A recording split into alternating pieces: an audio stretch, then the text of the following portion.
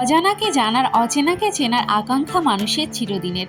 আর সেই অচেনার সন্ধান করতে গিয়ে যখন জানতে পারলাম আমাদের মুর্শিদাবাদের গঙ্গাবক্ষে লুকিয়ে রয়েছে এমন একটি জায়গা, তখন বেশি দেরি না করে ছুটির দিনেই পৌঁছে গেলাম সেখানে। পৌঁছানোর পর বুঝলাম জায়গাটি আমার কল্পনার থেকেও অনেক বেশি সুন্দর।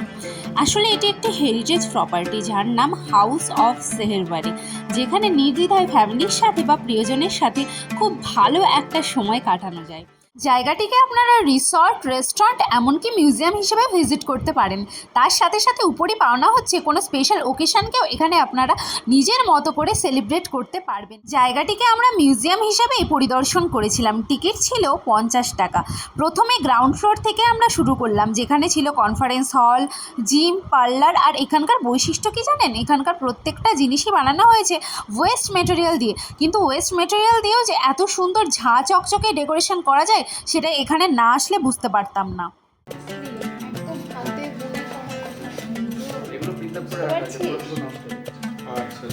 আমরা যে শাড়ি পরি না কাঁথা স্টিচ, তো সেম ভাবে এটাকে করা হয়েছে।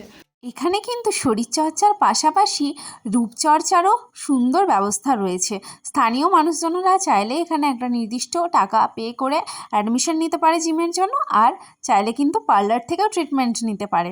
তো এই ব্যাপারটা কিন্তু খুব ভালো ছিল। গ্রাউন্ড ফ্লোর ভিজিট করা হয়ে গেলে আমি চলে গেছিলাম ফার্স্ট ফ্লোরে। আর এখানে এসে দেখতে পেলাম বয়েজ ডরমেটরি রুম, যেখানে একসঙ্গে অনেকগুলো ছেলে থাকতে পারে। ঠিক এমন হয় না বিয়ে বাড়িতে যেমন অনেকগুলো ছেলে একসঙ্গে থাকে, তো এখানকার সিস্টেমটাও ঠিক সেরকমই করা হয়েছে। তারপর যত আমি আপার ফ্লোরে যাচ্ছি তখন দেখতে পাচ্ছি এক একটা রুমের নামকরণ এক একটা কমিউনিটি দিয়ে হয়েছে, যেমন দুগার্স, নলাক্ষাস, নাহার। যেমন দুগার্স, নলাক্ষা, নাহার, সিংহি, জগৎ শেঠ অ্যান্ড দুধরিয়া, এই 6টা ফ্যামিলিকে আমরা মানে কি বলে ওটাকে, ওনাদের সম্বন্ধে আর কি জানানোর জন্য আমরা এটাকে নামকরণ করা হয়েছে। সেহেরবাড়ি একটা কমিউনিটি।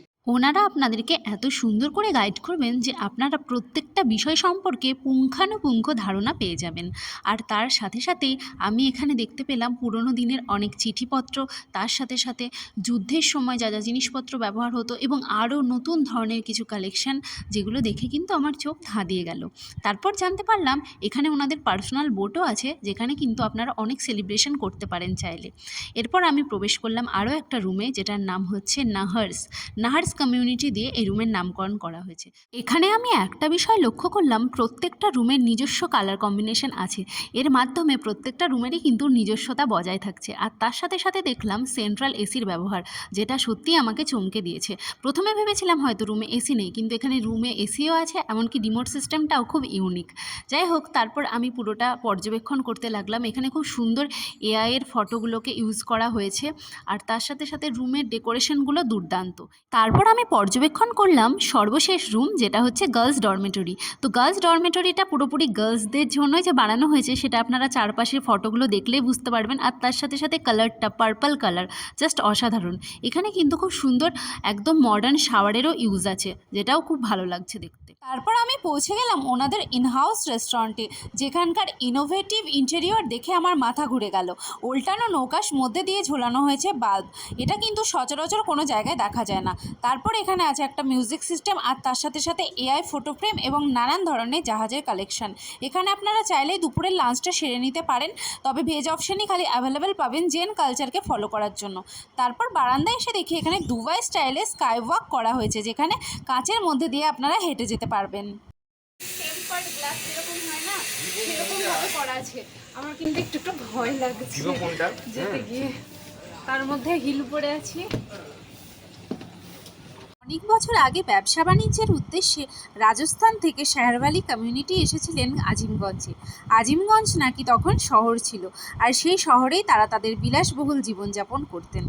তাদের জীবনযাত্রা সম্বন্ধে মানুষকে অবগত করার জন্যই মূলত এই হাউস অফ শেহরওয়ালি নির্মাণ করা হয়েছে, যার পরতে পরতে আপনারা পাবেন ইতিহাসের ছোঁয়া, সুন্দর ডেকোরেশন এবং প্রাচীন নানান তথ্য।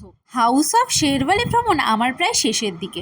এখন আমি চলে এসেছি হাউস অফ শেহরওয়ালি স্টেজে। যারা এখানে 2 থেকে 3 দিনের জন্য থাকবেন, অর্থাৎ রিসর্ট বুক করে থাকছেন, তাদের মনোরঞ্জনের জন্য এখানে বাউল গান, লোকগান প্রভৃতির ব্যবস্থা করা হয়েছে। এত সুন্দর একটা পরিবেশে থেকে এত সুন্দর যদি গান উপভোগ করা যায়, তাহলে আমার মনে হয় প্রত্যেকের উইকেন্ডটাই খুব স্পেশাল হয়ে উঠবে। এখানকার প্রত্যেকটা মুহূর্ত আমি এনজয় করেছি এবং প্রত্যেকটা জায়গা আমার এতটাই ভালো লেগেছে যে আমি ভাষায় প্রকাশ করতে পারবো না। বিশেষ করে এই জায়গাটা খোলামেলা পরিবেশ, ছাদটাকে এত সুন্দর করে সাজানো হয়েছে। বিশেষ করে এই রুফটপে আসার পর গঙ্গাবক্ষের কুলুকুলু জলের আওয়াজ শুনে আমার মন তো পুরো শান্ত হয়ে গেছিলো। আমি ভাবতে পারিনি আমার রবিবারটা আমি এত সুন্দর করে কাটাতে পারবো। অবশ্যই যদি আপনারা এখানে আসতে চান তাহলে দেরি না করে চলে আসুন। এখানকার সুন্দর প্রশান্তিদায়ক পরিবেশ আপনার মনকে মুগ্ধ করে দেবে।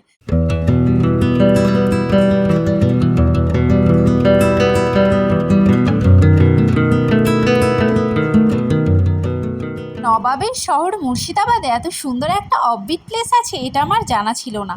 তবে এই জায়গাটার বয়স খুব বেশি নয়, কিছু মাস আগে এই জায়গাটা নির্মাণ করা হয়েছে। এখানে রুপটপে দাঁড়িয়ে দাঁড়িয়ে প্রাকৃতিক সৌন্দর্য দেখতে দেখতে কখন যে হারিয়ে গেছিলাম বুঝতেই পারিনি। Know how to express my feelings about this place. It is really mesmerizing, fantastic place. You should visit obviously at a once because this place gives you the peace whatever you want in your life. এতক্ষণ আপনাদের যা যা দেখালাম সেগুলো দেখার জন্য আপনাদের ticket কেটে ভেতরে প্রবেশ করতে হবে, বাট এখন যেটা দেখাচ্ছি সেটার জন্য কোনো টিকিটই লাগবে না। পুরো ফ্রিতে আপনারা এত সুন্দর একটা নাজারা উপভোগ করতে পারবেন, একদম নিজের চোখের সামনে থেকে গঙ্গাকে দেখতে পারবেন। তো এখানে অনেকে রিলস বানাতে আসে বা আরও অনেক কিছু করে। তো এই জায়গাটা সত্যি খুব সুন্দর ছিল। তো এখানটাতে আবার সন্ধ্যাবেলার দিকে ক্যাফে সিস্টেমও আছে যেখানে খাওয়া দাওয়া করা যায়। এখন আমার দুই বন্ধু এখন চিন্তা করছে কীরকম করে এরকম একটা ইনহাউস প্রপার্টি বানাতে পারে। যখনই কোনো ভালো জায়গায় যাবে তখন এদের কাজ হবে কি করে বানাবো, তো সেইটা নিয়ে মোটিভেশন, তারপর বাড়ি গিয়ে মোটিভেশন ছুমান্তার ছু। এত অসাধারণ একটা ব্যাকগ্রাউন্ডে কি রিলস না বানিয়ে থাকা যায়? এই সুযোগের হাতছাড়া কিন্তু আমিও করলাম না, কিন্তু ইনি তো মিডিল থেকে সব ঘেঁটে দিলেন, তাই আমাকে আবারও শট নিতে হলো। আর এভাবেই আমাদের ফাইনালি হাউস অফ শেরওয়ালি ভ্রমণ শেষ হলো। আপনারা কিভাবে এই জায়গায় পৌঁছাবেন সেই পুরো ডিরেকশনও আমি বলে দিচ্ছি। খাগড়াঘাট রোডে গিয়ে ট্রেনে করে চলে আসবেন আজিমগঞ্জ জাংশন, তারপর সেখান থেকে টোটো করে হাউস অফ শেরওয়ালি। এছাড়াও একটা বিকল্প রাস্তা আছে, সেটা হচ্ছে জিয়াগঞ্জ সদরঘাট পার করে আজিমগঞ্জ জাংশন। এভাবেও আপনারা আসতে পারেন। ভিডিওটা কেমন লাগলো অবশ্যই জানাবেন।